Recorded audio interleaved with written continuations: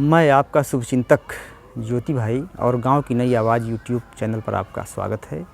देश के जाने माने उद्योगपति घनश्याम दास बिरला का 1936 में अपने बेटे के नाम लिखा गया एक अद्भुत पत्र है। यह पत्र इतिहास के महानतम पत्रों में से एक है। आइए इस पत्र को हम पढ़ते हैं। चिरंजीव वसंत, यह जो लिखता हूँ उसे बड़े होकर और बूढ़े होकर भी पढ़ना। अपने अनुभव की बात बताता हूँ। संसार में मनुष्य जन्म दुर्लभ है और मनुष्य जन्म पाकर जिसने शरीर का दुरुपयोग किया वह पशु है। तुम्हारे पास धन है, तंदुरुस्ती है, अच्छे साधन है, उनको सेवा के लिए उपयोग करोगे तब तो साधन सफल हैं, अन्यथा वे शैतान के औजार हैं। तुम इन बातों को ध्यान में रखना। धन का मौज शौक़ में कभी उपयोग न करना। ऐसा नहीं कि धन सदा रहेगा ही, इसलिए जितने दिन पास में है उसका उपयोग सेवा के लिए करो। अपने ऊपर कम से कम खर्च करो। जन कल्याण और दुखियों का दुख दूर करने में व्यय करो। धन शक्ति है, इस शक्ति के नशे में किसी के साथ अन्याय हो जाना संभव है, इसका ध्यान रखो। अपने धन के उपयोग में किसी पर अन्याय न हो।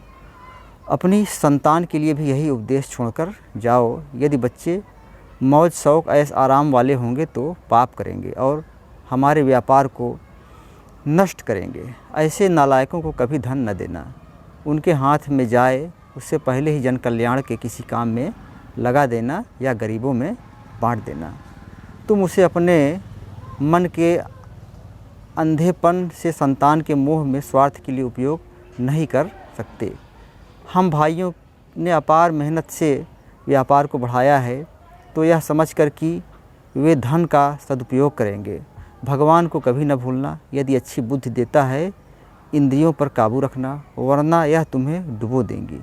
नित्य नियम से व्यापार, योग करना। स्वास्थ्य ही सबसे बड़ी संपदा है। स्वास्थ्य से कार्य में कुशलता आती है, कुशलता से कार्यसिद्धि और कार्यसिद्धि से समृद्धि आती है।